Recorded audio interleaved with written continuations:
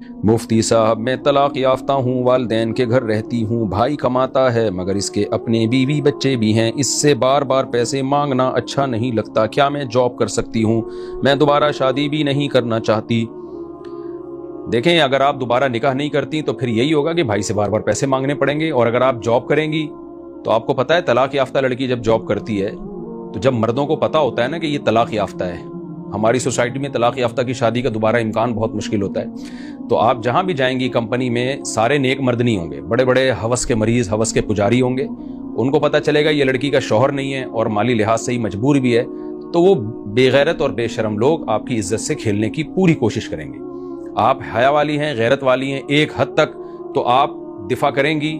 لیکن شیطان کو آپ کو بہکانے کا بھی موقع مل سکتا ہے۔ انسان میں آج تقویٰ ہے، ضروری تو نہیں کہ ہمیشہ متقی رہے، تو اس لیے اپنے آپ کو بھی آزمائشوں میں نہ ڈالیں، دوسروں کو بھی آزمائشوں میں نہ ڈالیں۔ اگر آپ کے لیے کوئی مناسب رشتہ آتا ہے تو آپ شادی کر کے اپنا گھر بسائیں، ورنہ کل ابھی آپ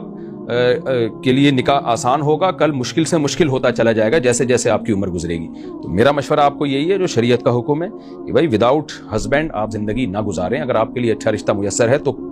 رشتہ کریں، اور اگر نہیں ہے میسر یا آپ کا بالکل ہی موڈ نہیں ہے شادی کا، تو پھر جاب سے بہتر ہے کہ بھائی کی آمدن سے کھا لیں آپ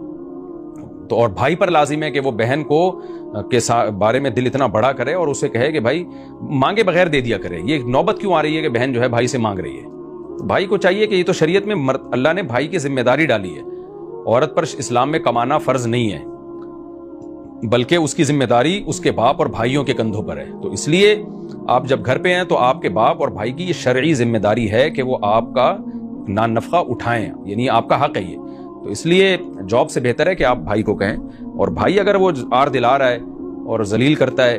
یا وہ ایسا جتلاتا ہے کہ جیسے کوئی آپ پر یعنی ذلت کے ساتھ دے رہا ہے، تو پھر مجبوری ہے، پھر ظاہر ہے شادی بھی نہیں ہو رہی، بھائی کسے بھی مانگنا برا لگ رہا ہے، تو پھر مجبوری میں جاب کریں، لیکن پھر بھی جو ہے نا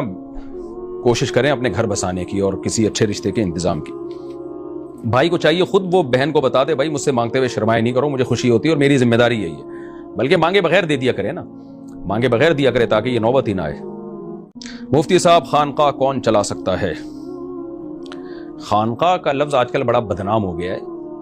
اور ایک ڈرامے بازی بن گئی ہے خانقاہ۔ حکیم اختر صاحب رحمہ اللہ تعالیٰ فرمایا کرتے تھے آج کل کی خانقاہیں خام خواہیں بن گئی ہیں، خام خواہ۔ خانقاہ کا تصور یہ تھا پہلے زمانے میں اللہ والے لوگ جو بڑے بڑے بزرگ ہوتے تھے جن کو اپنے استاذوں کی طرف سے اجازت ملی ہوتی تھی کہ وہ لوگوں کی اصلاح کا کام کریں، تو وہ کیا کرتے تھے، لوگوں کو بلاتے تھے، لوگ ان کے پاس خود آتے تھے، ان کے ہاتھ پہ بیعت ہوتے تھے، اور وہ پھر لوگوں کو اللہ اللہ کرنا سکھاتے تھے، ان کے دل میں دنیا کی محبت نکالتے تھے۔ صحبت جب ہوتی ہے نا بزرگ کی تو اس صحبت سے انسان کو بڑے فائدے ہوتے ہیں۔ تو یہ اصل میں تصور تھا، مقصد یہ تھا شریعت پہ چلانا، برائیاں چھڑوا دینا۔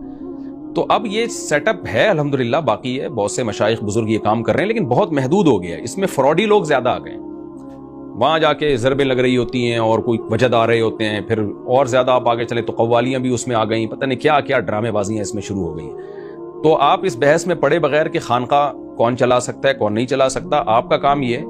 کہ آپ کے علاقے میں کوئی بزرگ ہوں، اللہ والے ہوں، جن کو ماضی کے کسی بزرگ سے خلافت ملی ہو، اجازت بیعت ملی ہو، اور آپ یہ سمجھتے ہو کہ ان بزرگ کے پاس علم بھی ہے اور یہ سنت کی اتباع بھی کرتے ہیں، بدعتی نہیں ہے، ان کے عقیدہ توحید والا ہے اور سنت پہ چلتے ہیں، اور ان کی صحبت میں بیٹھ کر انسان کے دل میں دنیا کی محبت کم ہوتی ہے اور اللہ کی محبت بڑھتی ہے اور برائیاں چھوٹتی ہیں۔ تو کوئی بھی ایسا بزرگ اویلیبل ہو، میسر ہو، آپ ان سے اصلاحی تعلق قائم کر لیں، تو بس وہ اصلاحی تعلق جو ہے وہ ان کی جہاں آپ جا کے بیٹھا کریں گے وہی خانقاہ کہلاتی ہے۔ وہ کچھ بھی کہلا ہے، اس کو مسجد کہہ لیں، خانقاہ کہہ لیں، گھر کہہ لیں، تو اس اصطلاحات میں کچھ نہیں رکھا۔ اصل یہ ہے کہ اپنی اصلاح انسان کو کسی مینٹور سے کرانی پڑتی ہے، کسی کو مینٹور بنانا پڑتا ہے۔ گورے بھی اس بات کے قائل ہیں، لیکن وہ چونکہ ان کے ہاں اصلاح کا کانسیپٹ الگ ہے، ہمارے ہاں اصلاح کا کانسیپٹ الگ ہے، تو اس لیے اپنی اصلاح کسی بزرگ سے، اللہ والوں سے کرانی چاہیے۔ ہر آدمی خود مختار بنا ہوا ہے آج کل کہ میں ہی اکیلا ہوں اور باقی تو سارے بے وقوف ہیں، تو یہ سوچ نہیں ہونی چاہیے۔ مجھے یاد ہے میرے پاس GTO 125 تھی نا، تو میں نے پرانی خرید کے، میں نے کہا اتنے پیسے، مجھے شوق تھا بائکوں کا، میں نے کہا اس کو بالکل 0 میٹر بناؤں گا میں،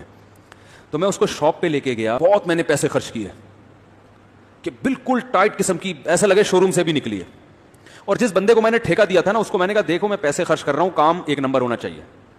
کم بہت جس رنگ والے نے کلر کیا نا، ٹیڑھا میڑھا کر دیا، اس پہ نشان آ رہے تھے، اتنا سمجھایا تھا یار اپنی ذمہ داری میں کام کرو، وہ اس نے بار بار جا کے بولا یہ مفتی صاحب ہیں, ان کا کام صحیح کرنا ہے, یہ پیسے آپ کو کھل کے دیں گے, کام میں 2 نمبری. وہ مفتی صاحب کو بائکوں کا شوق ہے. وہ صاحب میرے ساتھ اٹھتے بیٹھتے تھے, میرے بیان بھی سنتے تھے. مجھے یہ والا ان کا اسٹائل میں نے کبھی دیکھا نہیں تھا. انہوں نے جو جا کے گالیاں دی ہیں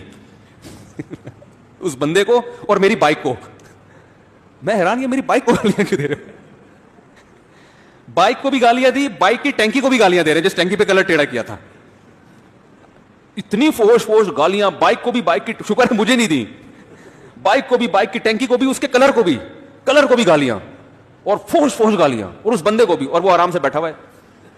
سن رہا ہے. میں کہا اتنی گالیاں کوئی کسی کو دے وہ تو مر جائے. اس کی اسٹائل سے مجھے پتا چلا جس تمیز سے وہ سن رہا تھا. میں نے کہا صبح شام یہ سننے کا عادی ہے.